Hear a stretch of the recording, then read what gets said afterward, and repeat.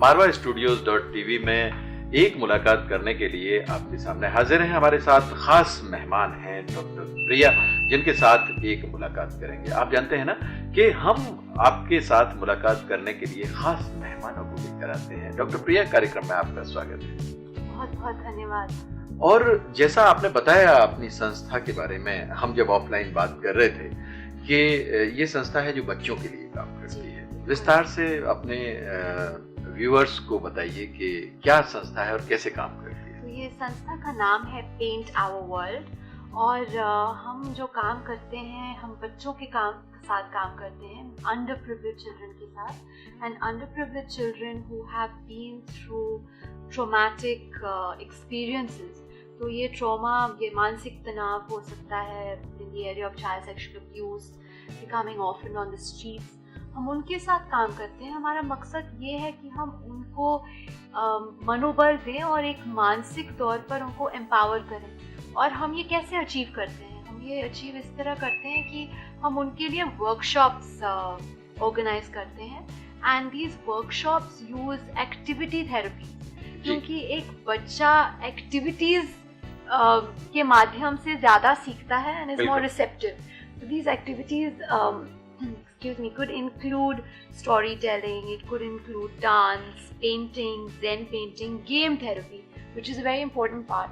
तो हम जो गेम्स बच्चों के साथ खेलते हैं, वो गेम्स में कभी कोई आउट नहीं होता, because those games are all about creating inclusiveness. सब अंदर रहते हैं, सबको मिलना जुलना सिखाया जाता है, creating a sense of peace and harmony kind of environment.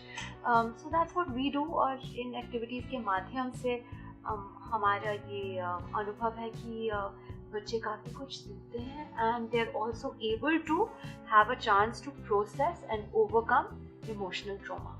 Doctor Priya, क्योंकि आपने तो दुनिया देखी है, आप इधर उधर जाती हैं और विदेशों में रही भी हैं, वहाँ के समाज और यहाँ के सामाजिक स्ट्रक्चर में किस तरह का डिफरेंस आपको लगता है, और बच्चों के लिए काम करने की जो ज़रूरत है वो कितनी ज़्यादा यहाँ है? वेल, डिफरेंसेस तो बहुत हैं।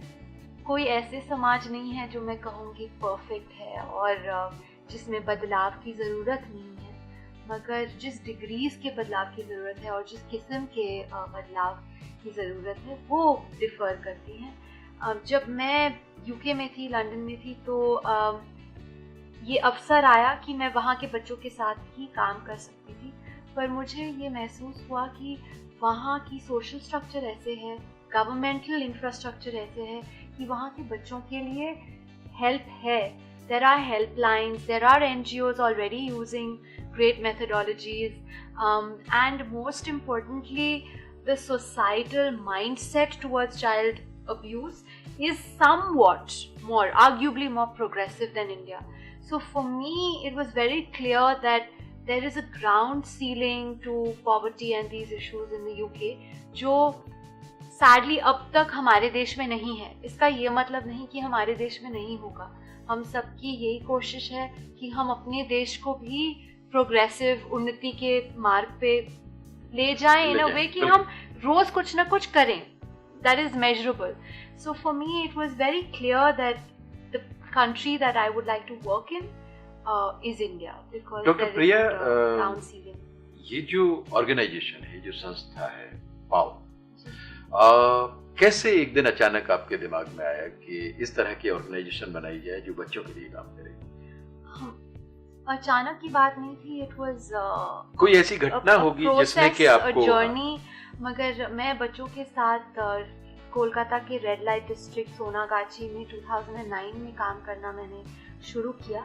तो पेंट अवार्ड की शुरुआत वहाँ से हुई, but it was an informal basis. हम कोई रजिस्टर्ड चैरिटी वगैरह नहीं थे। मैं जाती थी, बच्चों के साथ काम करती थी, और फिर मैंने देखा कि वो वर्कशॉप्स का असर बच्चों पे, प्रभाव बच्चों पे बहुत ही अच्छा था।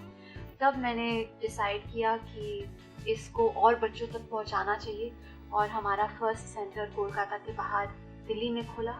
आज हमारे हेडक्वार्टर्स दिल्ली में है, और हम बैंगलोर और हैदराबाद में भी बच्चों तक पहुंचते हैं। पर मेरा ये मानना है कि और बच्चों तक पहुंचने के लिए और लोगों का जुड़ना बहुत ही ज़रूरी है। तो जो आपको अभी देख रहे हैं, उनसे क्या अपील करना चाहिए?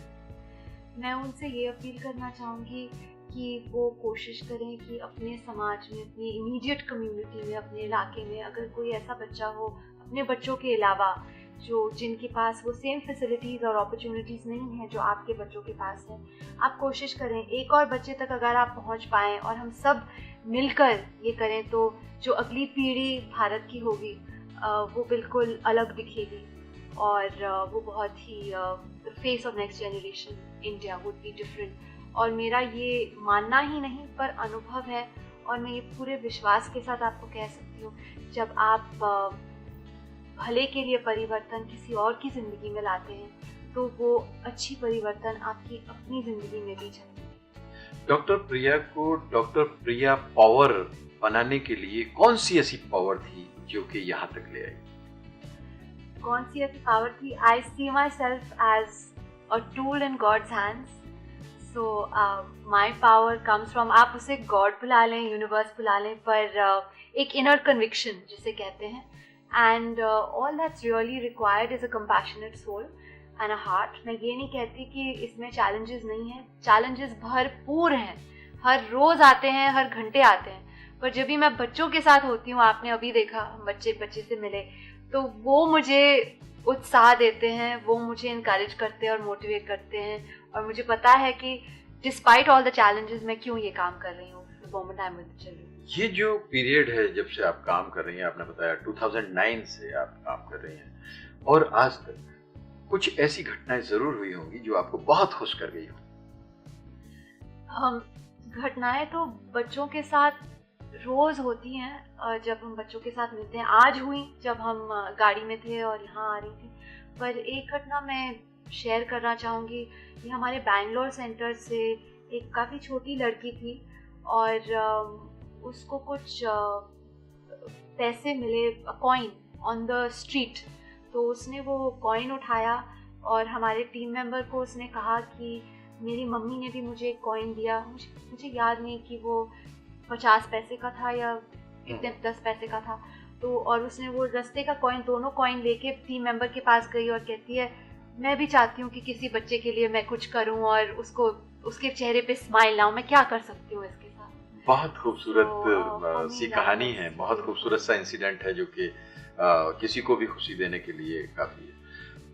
ये जो टाइम है कुछ लगभग 5 साल का, इसमें कुछ ऐसी भी घटनाएं हुई होंगी जो कि बहुत निराश कर गई होंगी आपको? घटनाएं तो ऐसी बहुत हैं पर मैं उन पे ज़्यादा ड्वेल नहीं करना चाहूँगी।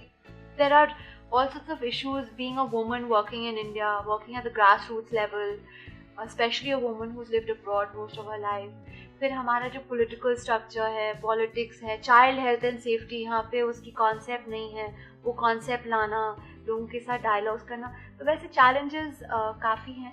मैं कोई एक इंसिडेंट को लेके नहीं ड्वेल करना पाऊँगी, पर challenges है, but then at the same time challenges also offer opportunities for change and growth.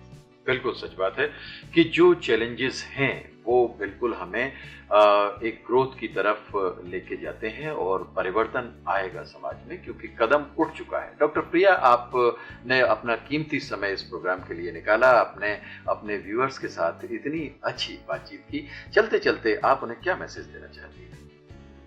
मैं उनको यही मैसेज देना चाहूँगी कि